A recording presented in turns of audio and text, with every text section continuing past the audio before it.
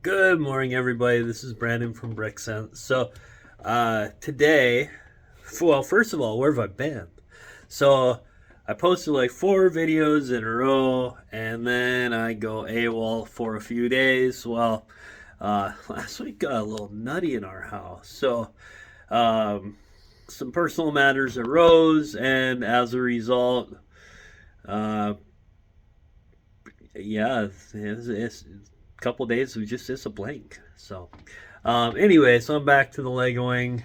I sorted through that whole collection over the weekend. By the way, that mountain cave, it looks like it's there. The only piece I can't find is the apple.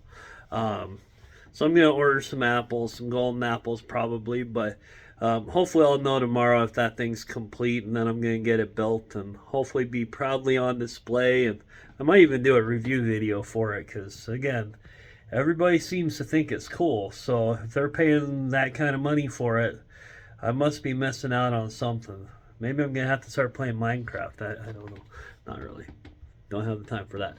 All right, so I wanted to show you. I actually got these in like 2 weeks ago. You guys have probably seen videos of them before, but uh, I got the Bricklink crowdfunding sets in. So how this worked? All right, so Disney came out with a not Disney, Lego, not Disney. So Lego came out with a list of sets that they liked, but they were not willing to turn into Lego idea sets. And the truth of the matter, in looking at them, most of them were so big that it wasn't sets that were going to fly off the shelf for the average consumer. You know, the ones that are looking for $100 present for their mom or dad or their kids or their brothers or whatever. It was 3,000-4,000 piece sets for the most part. We'll take a look at these here in a minute, and their sizes. But 3 out of the 4 of these that I got, they're huge. Anyways, so essentially, let's say that they made a list of so many sets, and then they broke it down into 3 rounds. And each time there'd be like 8 to 10 sets. I'd have to go back and look, but essentially, what would happen is the first 5 sets to hit 3,000 crowd-funded purchases would be made. And so if you didn't hit 3,000, you're out. But initially in round 1, so it broke the internet that day. So first 3,000 gets produced. The first 5 sets to get to 3,000 would be made, and there was only going to be a limited run of 5,000 total. Well, that being said, they opened up the bid or the funding at say 10 o'clock my time, whatever it was, and within a few minutes, I'm not kidding you, within a few minutes, the Castle in the Forest set was sold out. And in fact, somehow they sold too many of them. So instead of 5,000, they ended up selling like 10,000. Well, people were getting on, and instead of buying one, they were buying 5 of them. I think was the maximum you could get. In retrospect, I should have done that. That Castle in the Forest set is really expensive now.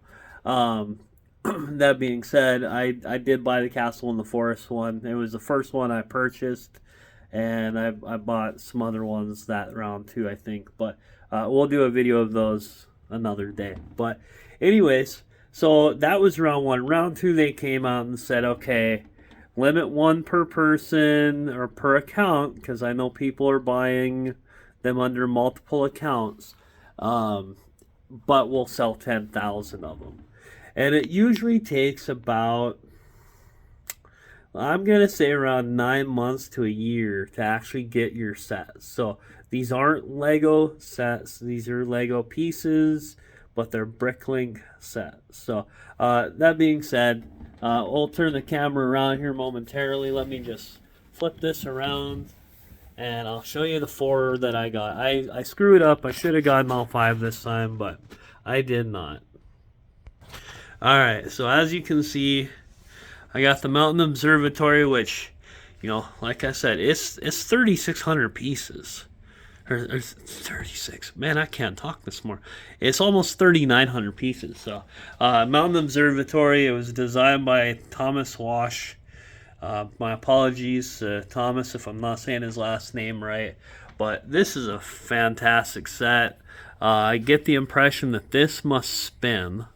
There's batteries included, so I'm not sure. I am going to build all 4 of these in time and incorporate them into my Lego City that is very, very painfully slowly growing, not glowing. Alright, so we have the 50s Diner by James Allen Cox with 1,379 pieces. So I've already seen people do some really interesting things from a modular standpoint with that one. The construction site, which this one is my personal favorite. Like, I was so jacked about this one to get funded. So, 3,300 pieces, a modular construction site designed by Ryan Taggart. It goes without saying, but that will definitely be thrown on a mill's plate. And then we have the Studgate train station by Pablo Sanchez Jimenez. So that one's just over 4,000 pieces. So this actually is on a 48 by 48 base plate. So I mean, it gives you an idea of just how massive that set is. So anyways, these are the 4 I got. The one I did not get was the Winter Village set, which it was cool. I probably should have got it. It was like a winter chalet. I don't know. Maybe I'll get it someday. So the cool thing about these is you can get the instructions online and order the pieces online. So that is pretty cool. So there's the inside. They've got like the console there, a little work area from the looks of it. This looks like a store in the history, maybe. A viewing deck up here. So, certainly reminds me of a couple of different observatories that I've seen over the years. So, there's the diner. So the inside of it definitely looks like an old school diner. You've got the records up on the shelf, the wall, their first dollar bill that they ever made. Tips welcome and vices not. I like that. That's funny. An old school jukebox. So, anyways, after I build these, eventually I will do reviews on all of them, but and then there's a construction site, so it is what you'd expect it to be. You know, the floors aren't complete. Things are kind of being worked on all throughout, but that's part of the fun of it, right? So, each one comes with some minifigs. I don't know how many per se each one, but yeah, you can see that's Studgate train station. I mean, if you can run 2 trains through there, it's pretty big. So, yeah, fun times. So anyways, guys, I just wanted to show you those. They're pretty cool. So the next round of crowdfunding is going to be very different. I might do a video on that another day. The first stage of round, I guess we'll call it round 4 or round 1 of the new version, they had public voting on the various sets, and that went from like the 1st of March until the 31st of March. They will do some review now of all those. I think there was like 350 entrants.